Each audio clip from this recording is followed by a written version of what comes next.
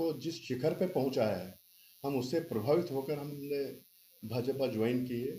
और माननीय यशस्वी प्रधानमंत्री मोदी जी, माननीय अमित शाह साहब और हमारे प्रदेश के गौरव और हमारे भाई, हमारे मित्र, हमारे मुख्यमंत्री जी मोहन जी यादव के मुख्यमंत्री बनने के बाद में इस विकास की यात्रा को बहुत अच्छी गति मिली है और लोग बड़ा सुकून महसूस करते हैं। संरक्षण, एक इनका संरक्षण प्रदेश की जनता को मिला है और हर व्यक्ति ये चाहता है कि ये विकास की यात्रा निरंतर जारी रहे ताकि हमारा देश शिखर पर पहुंचे। आपके पूर्व में पिताजी भी स्वतंत्रता संग्राम सेनानी रहे हैं और आप भी 45 वर्षों से कांग्रेस में रहे हैं। कांग्रेस का सफर कैसा रहा पिछले 45 वर्षों का, आपका और कांग्रेस का? मेरा पूरा परिवार बहुत निष्ठावान सदस्य के रूप में हमेशा काम करता रहा है, बगैर किसी लालच के, बगैर किसी स्वार्थ के। और जब हमें लगा कि यहाँ पर कांग्रेस में प्रजातंत्र नाम खत्म हो चुका है, महिलाओं का सम्मान खत्म हो चुका है, कार्यकर्ताओं का सम्मान खत्म हो चुका है, और जो बीजेपी ने किया है, बीजेपी ने धारा 370 को पूरा विश्लेषण किया उन्होंने।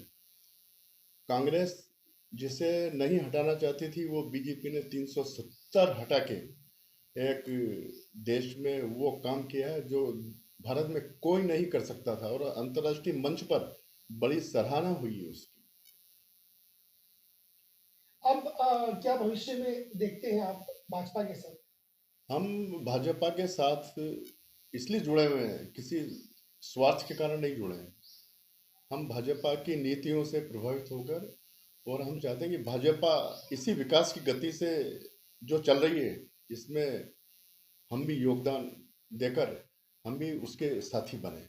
और हमें किसी बगैर स्वार्थ के हम भाजपा में शामिल हुए हैं। भाजपा एक प्रजातांत्रिक पार्टी है और हमेशा नारियों का सम्मान करती है, कार्यकर्ताओं का सम्मान करती है।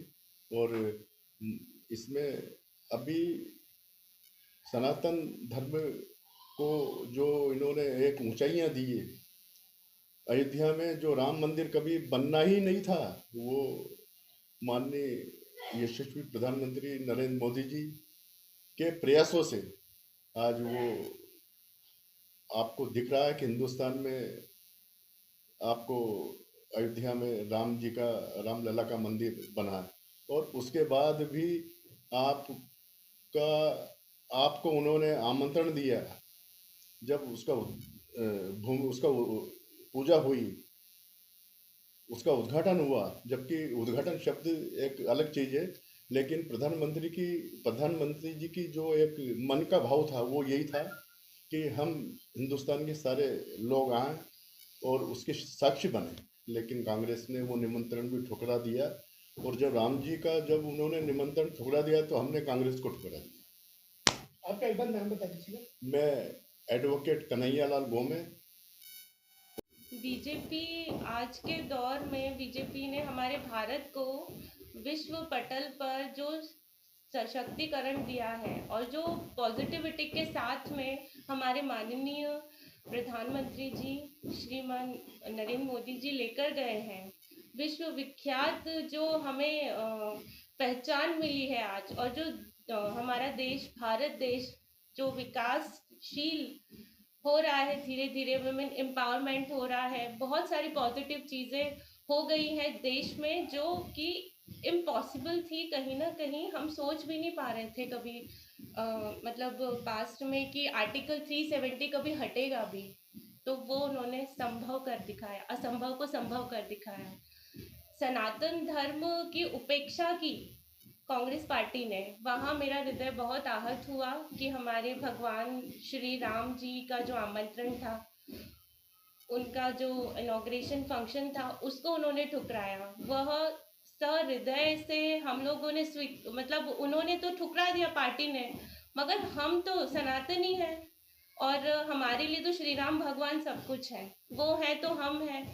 तो वहाँ मेरी जो भावनाएं थी, हम सब की भावनाएं थी, बहुत ज़्यादा आहत हुई। कहीं कांग्रेस साल 2015 में आपको कांग्रेस ने महापौर का टिकट दिया था, उसके बाद से आप लगातार कांग्रेस में रही, कहीं ऐसा भी हुआ कि कांग्रेस की नीतियां गलत लगी होगी? कांग्रेस की नीतियां ऐसी गलत, मैं किसी को गलत और सही नहीं बोलूंगी, बाकी हाँ वहाँ पे बहुत सारी उपेक्षाएं की जाती हैं। वहाँ पे कार्यकर्ता का मान सम्मान वो एक बहुत अलग चीज़ हो जाती है कि उनको अगर वो कुछ कह रहे हैं, अपनी तरफ से अपनी भावनाएं प्रकट कर रहे हैं, तो उन्हें उस पटल पे नहीं रखा जाता है, उन्हें उतना ध्यान नहीं दिया जाता है, जिससे कि पार्टी को शायद बहुत बेनिफिट हो सकता है। तो वो एक चीज़ मुझे बड़ी आहत पहुंचाती है कि वो नहीं होना चाहिए पार्टी में। बाकी हाँ, बीजेपी पार्टी में एक चीज़ बहुत पॉजिटिव है कि यहाँ पे हर कार्यकर्ता का सम्मान है, हर कार्यकर्ता सशक्त है और हर कार्यकर्ता अपने बिल्कुल निष्ठा से कार्य कर रहा है। और पार्टी की सबसे अच्छी चीज़ ये है कि डिसिप्लिन है पार्टी में, और डिसिप्लिन से काम करना मुझे बहुत पसंद है। एकदम से आपको पार्टी छोड़कर, कांग्रेस पार्टी छोड़कर बीजेपी में जाने का मन कैसे बना, और इसमें परिवार का कितना सहयोग रहा? परिवार का, मेरे पूरे परिवार का, मेरे ससुराल पक्ष का भी और मेरे मायके पक्ष का भी पूरा पूरा सपोर्ट है मुझे। और ये मन एकदम से नहीं बना है, ये मन काफ़ी सालों पहले ही बन चुका था। मैं देख रही थी धीरे धीरे कि कैसे कांग्रेस पार्टी हमारे देश के विकास की जितनी भी नीतियां बन रही थी, जो सत्ताधारी पार्टी आज बीजेपी पार्टी है जिसकी आज मैं सदस्य हूँ, तो उन्होंने जब जब भी हमारे देश को आगे बढ़ाने की कोई नीति रखी है, तब तक कांग्रेस पार्टी ने उस नीति को ठुकराया ही है, उसका विरोध ही करा है।